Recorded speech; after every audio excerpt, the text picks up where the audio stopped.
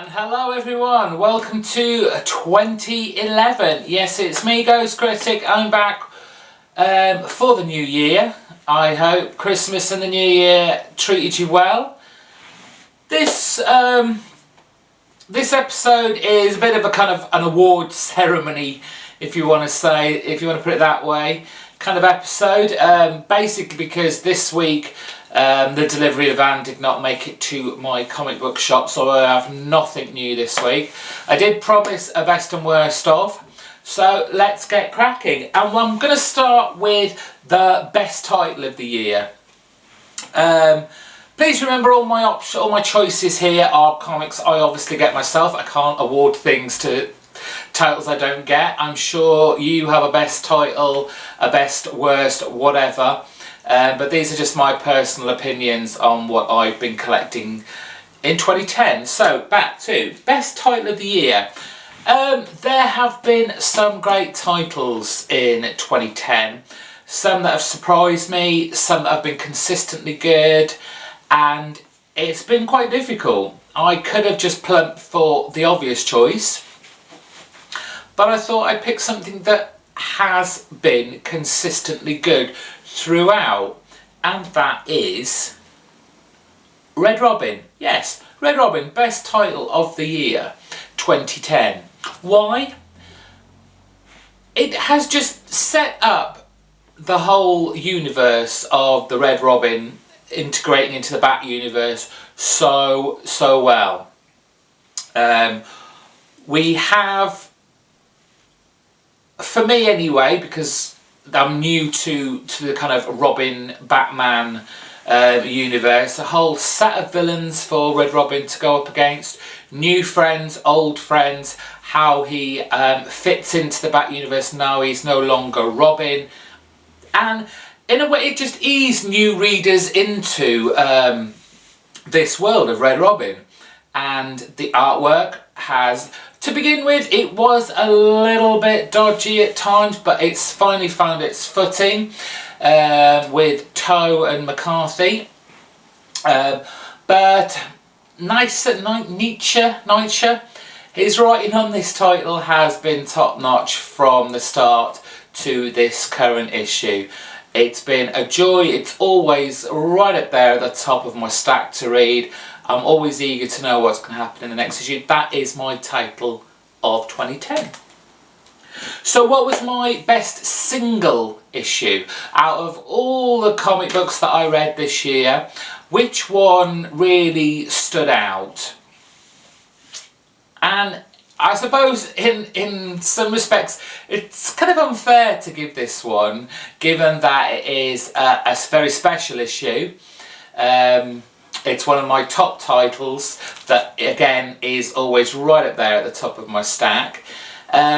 You do find when certain titles get to a milestone, and milestone seems to be every year at the moment, but you know, when you get your 25s and your 50s and your 100s, you expect something, you know, special, something, you know, that really grabs you, and they always put the price up on it, so you want something a bit more for your buck.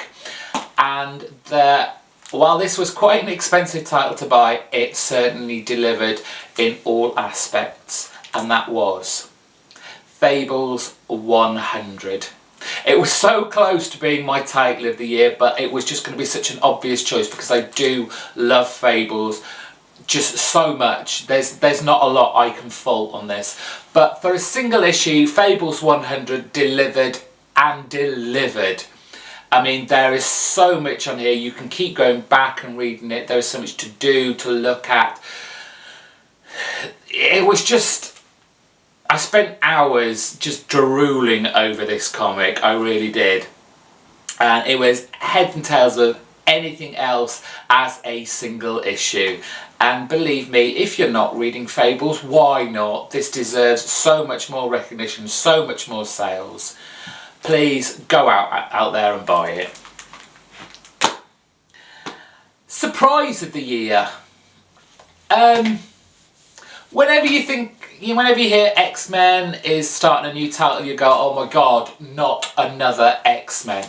Do we really need another X title to go with all the 20, 30 others that are doing the rounds? But you know what? X-Men. What a load of fun this this whole run has been this year. Like I said, you just think, oh, it's another X title, what can they possibly do?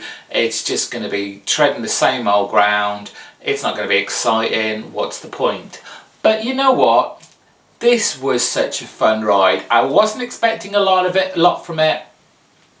But you know, mutants versus vampires, what's not to like? It was just a fun read. It was entertaining, it wasn't too heavy, you had a lot of my favourite X-Men in there. I mean, Gambit are my favourite X-Men character for so many years. He's in there, don't get to see him a lot, but he's stuck in there, and that made it even better for me as well. And it's just, given that we haven't seen a lot of astonishing X-Men this year, if at all, if I remember rightly, it's been a long time, let's put it that way, this was a grateful and welcome addition to the X universe, and I hope this continues on and on. The artwork from Medina, one of my favourite artists. I'm really looking forward. I've heard that Chris Bacalow is going to be on the title, which is just going to geek me out even more because he is my ultimate top favourite. If you just want something fun and there's actually comic-like, i.e., we're not bogged down with heavy storylines or, serious issues, then X-Men was definitely the book to read. There's always going to be bad news, there's always going to be some turkeys, and it was very difficult picking, well, to be honest, it wasn't very difficult at the end of the day, and it was a tie for Turkey of the Year, and that was, and I'm afraid, DC, Justice League of America, Justice Society of America. What happened to these titles in 2010? I'll tell you what.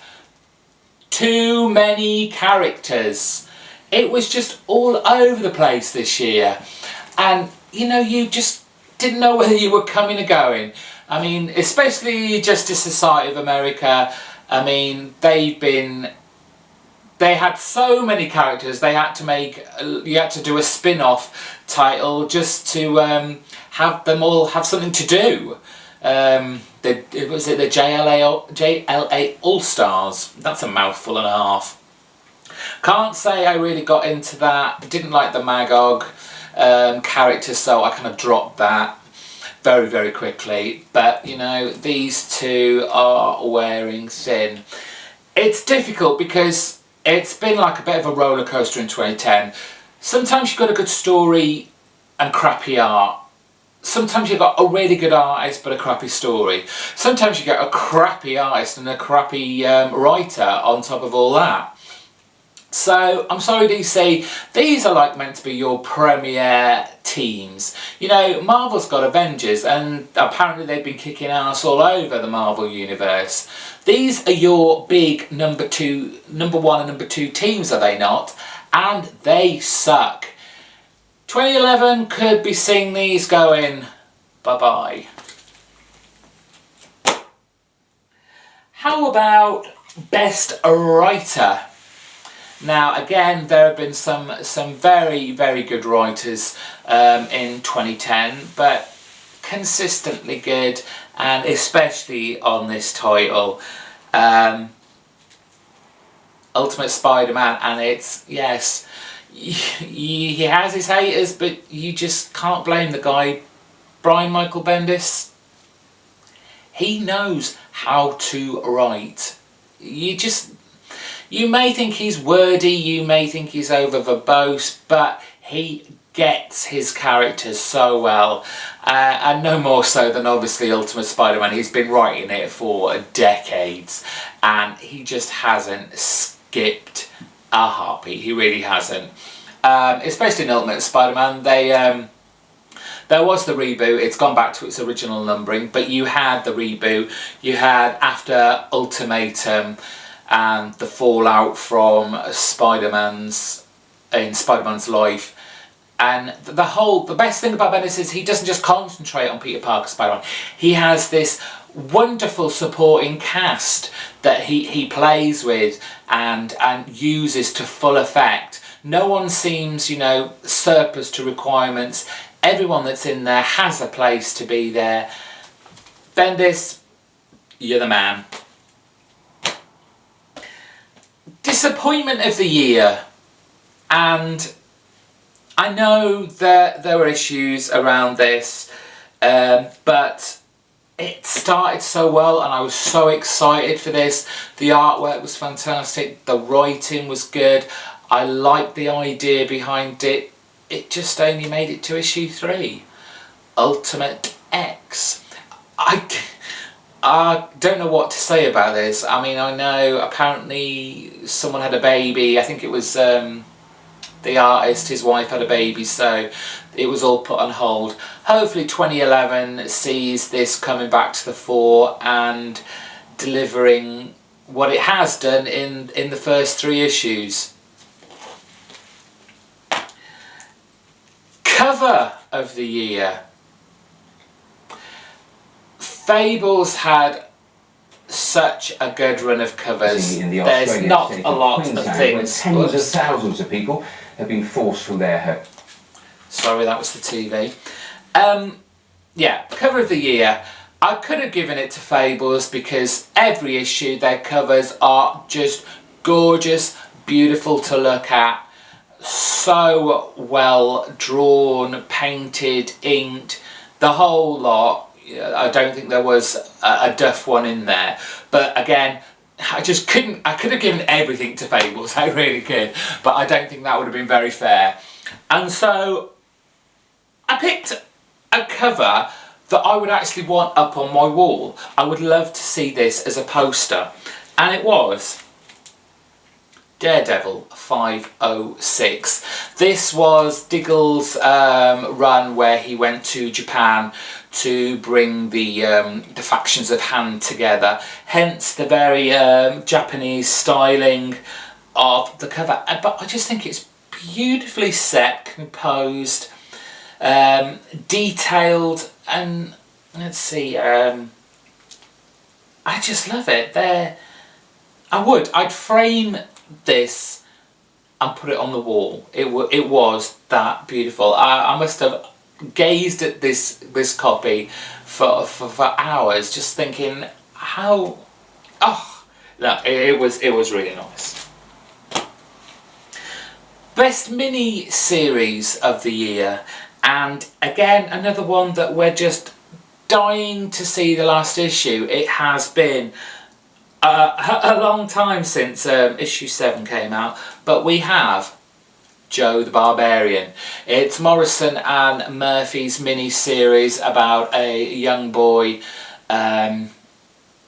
entering his fantasy world of all his toys. He's obviously made this world up in his head while he's an ill boy. He's on his own in the house. He's trying to make his way through the house, and his toys and animals and the like are coming alive within his delirium.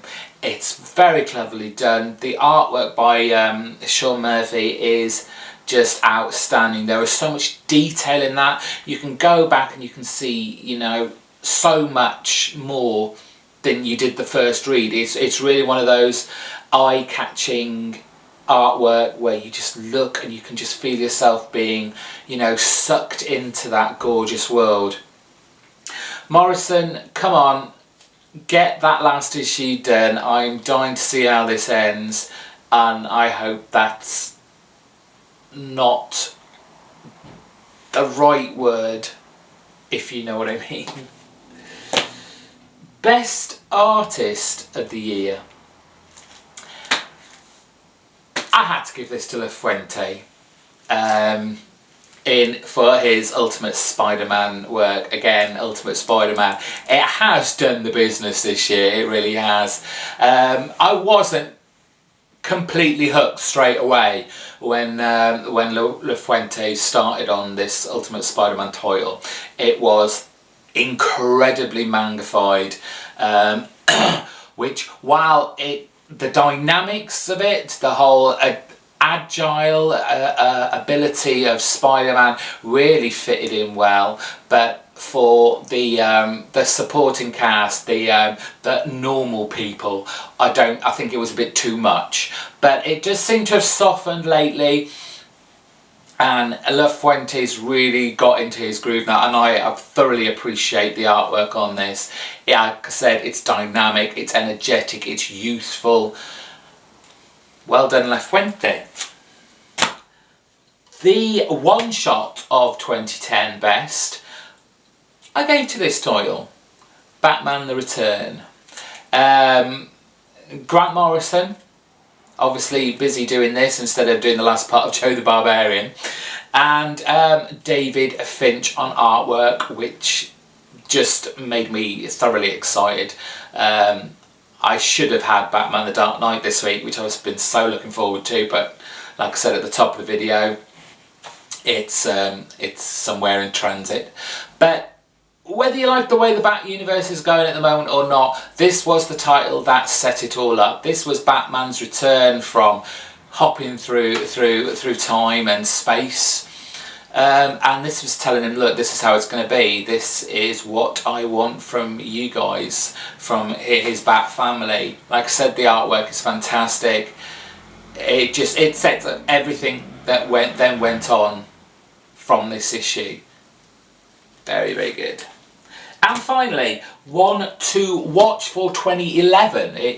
We had a couple of issues in 2010, and you know, this was another close run race. I thought I might have given it to Batwoman, but given that had only come out at issue 0, I couldn't really justify giving it to that. Yes, okay, there's only been 2 issues of this, but it just hit me.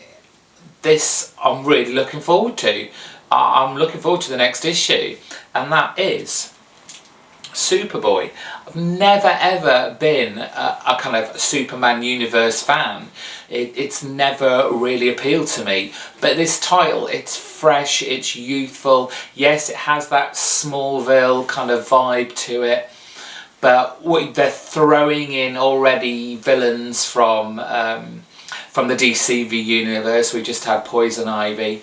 There's lots of underlying themes and plots to flourish in the coming story arcs, and I'm very, very excited about this title. So that's it. Best and worst 2010. I'm hoping for a great 2011. Please rate, comment, subscribe. Tell me what your favourites were, what your clunkers were. Tell me what you think I should be collecting for 2011. What should I be looking out for? So, like I said, subscribe here. I have a Twitter feed as well. Same username, Ghost Critic. Go and follow me on that, and I'll follow you back. Till next week, where it will probably be a double episode, given that I'm going to have a ton of comics to talk about. Sayonara.